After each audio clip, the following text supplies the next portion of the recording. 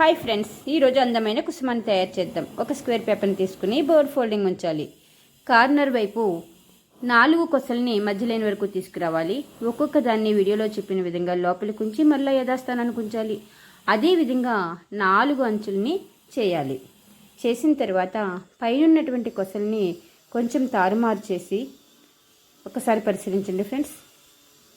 మరలా వాటిని మధ్య లేని వరకు మడిచి క్రింద ఉన్నటువంటి కొసని పైకి మడవాలి. అదేవిధంగా ఆపోజిట్ సైడ్స్ చేయాలి. మొదటగా ఆపోజిట్ సైడ్స్ చేసిన తర్వాత మిగిలిన 2 సైడ్స్ కూడా తర్వాత వీడియోలో చెప్పిన విధంగా ఫోల్డ్ చేయాలి.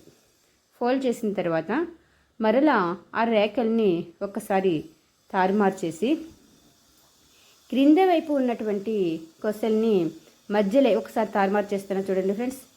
క్రింద ఉన్నటువంటి కొసల్ని మధ్య లేని వరకు తీసుకురావాలి. ఆ విధంగా 4 చేసిన తర్వాత రేఖల్ని రిఫిల్ సహాయంతో ఫోల్డ్ చేయాలి. ఫ్లవర్ రెడీ అయింది ఫ్రెండ్స్. ఇప్పుడు కాడకి ఒక గ్రీన్ పేపర్ని తీసుకుని రోల్ చేసి అంటిస్తే కాడ తయారవుతుంది friends.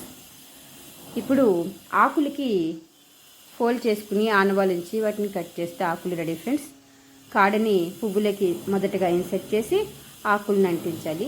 Flower bouquet ready friends.